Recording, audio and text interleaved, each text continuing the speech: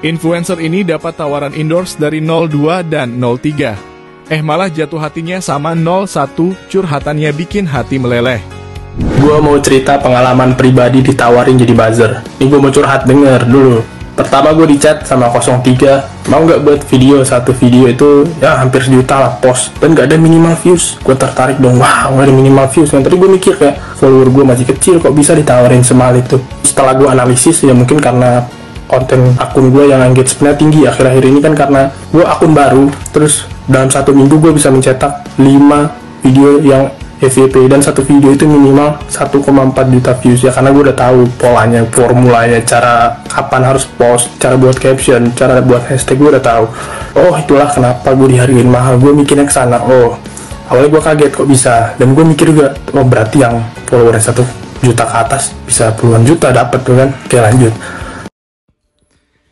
Ya begitulah guys, menarik. Di tahun-tahun politik ini banyak sebenarnya kesempatan untuk mencari uang. Mencari uang dari hajatan pemilu di 2024. Salah satunya adalah menjadi buzzer atau influencer yang bisa menarik perhatian publik agar mencoblos salah satu pasangan. Namun yang menarik, influencer-influencer yang biasanya anak-anak muda ini ternyata tidak gampang untuk hanya mendapatkan uang. Mereka masih juga idealis dan memikirkan nasib bangsanya di dalam menentukan pasangan calon siapa yang akan dia dukung. Dan yang menarik adalah pemuda ini, dia tidak serta-merta menerima tawaran dari 03 untuk menjadi influencer dengan bayaran satu video 1 juta. Bayangin, kalau sehari dia bisa posting 10 video saja, dia bisa dapat 10 juta. Kalau 20 berarti 20 juta. Tidak ada minimal view. Artinya satu video memang dihargai segitu. Ini cukup lumayan buat anak-anak muda. Namun dia tidak melakukan itu karena lebih berharap bangsanya ini maju menurut idealismenya. Nah, apakah alasannya menolak dan kenapa dia tidak pilih 03 atau 02? Yuk simak di 5D kali ini. Like, subscribe, and komennya ditunggu, dan jangan lupa selalu ada doa dalam setiap lentikan jarimu. Gue tolak lah dari 03 karena gue mikir Ganjar apa sih yang bisa dipost, kan cara Raja blunder kan, gue bingung. Yang ada kebeban di gue tolak. Terus ada lagi masuk 02, sama lah buat video. Gue mikir oh boleh juga nih Prabowo, kan secara Prabowo tuh politisi yang bagus lah, yang keren, bisa mencetak politisi-politisi terbaik lainnya seperti Anies Baswedan, terus Ridwan Kamil dan lainnya. Pokoknya keren lah, prestasi beliau juga di luar negeri bagus. Cuman yang gue takutin tuh ada Orde Baru part 2, itu gue takut sih.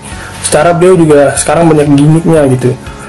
Orang yang biasa ada niat jahat terselubung, menurut gue itu biasanya yang ditampakin itu gimmick doang, gimmick gemoy. Kalau beliau bilang saya tidak suka di cap gemoy, saya tegas, saya TNI militer, dan saya akan membawa negara ini jadi lebih baik, itu mungkin gue mikir 2 kali. Cuman beliau banyak gimmicknya, gue gak suka, dan gue tolak lah karena gue takut kalau beliau memimpin nanti gimana ke depannya gitu. Terus gue nunggu. Nah, kalau Ganjar tadi atau 03, dia tidak suka memang dengan Ganjar Pranowo. Namun untuk 02 dia sebenarnya suka, tetapi dia masih khawatir.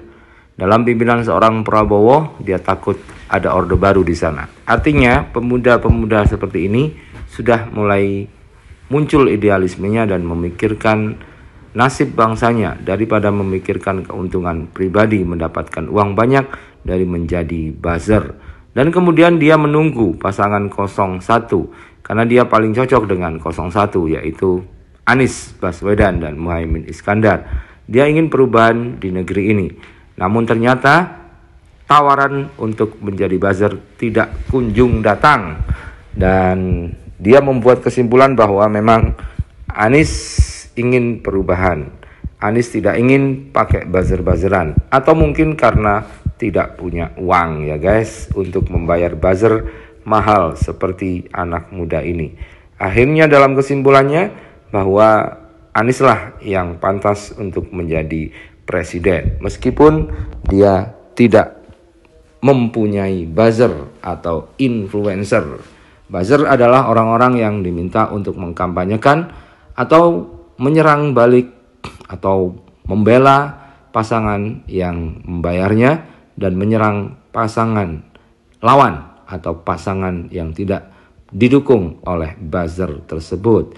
Buzzer ini di pemilu-pemilu lalu memang terbagi dua, ada yang cebong, ada yang kampret. Namun istilah cebong kampret kali ini tidak lagi banyak digunakan. Nah, inilah apa yang dikatakan oleh pemuda ini.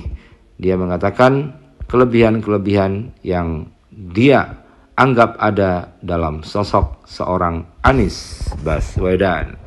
Apakah perjuangan Anies ini akan bisa membalikkan fakta bahwa awalnya dia tidak diperhitungkan, namun ternyata dia bisa menyalip di tikungan? Kita tunggu saja.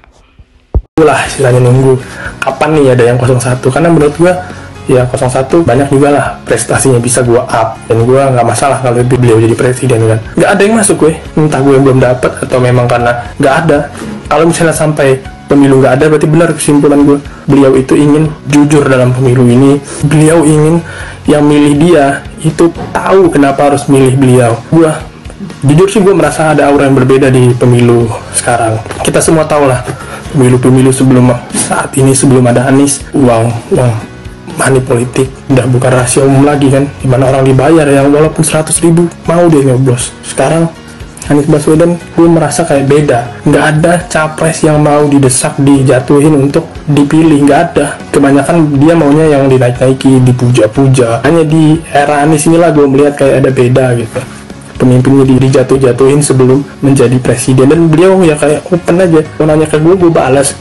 Lu mau argumen apa biar gue jelasin masalah lu apa, solusi dari gue apa. Bahkan gue salutnya beliau itu buat visi misi yang jelas gitu, yang kayak anggarannya dibutuhkan berapa, lu bisa cek deh di websitenya. Gue udah cek sih, karena gue penasaran kan, apa bener sih beliau ini omong kosong doang kayak kebanyakan orang bilang gitu kan.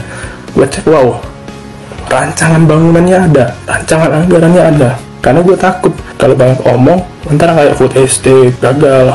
Ternyata beliau udah rancangannya udah jelas, anggaran yang dibutuhkan udah jelas. Wow, kata gue, keren juga ya. Semoga dengan beliau memimpin ya, kita berharap ada yang beda gitu dari Indonesia. Mungkin inilah saat bangkitnya Indonesia, mungkin inilah salah satu cara untuk Indonesia emas ke depannya. Jadi curhat tentang Anies gue. Intinya kalau ada 01 nawarin, gue terima. DM gue.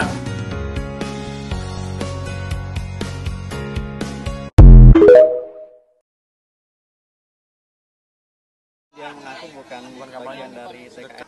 Ya gak tahu videonya kayak apa, saya belum cek detail, tapi laporan ke saya saat pembagian uang juga pembagian kaos 02. Ada yang ngeliatin kaos gitu katanya, tapi saya belum cek ya. Ya nanti kalau memang benar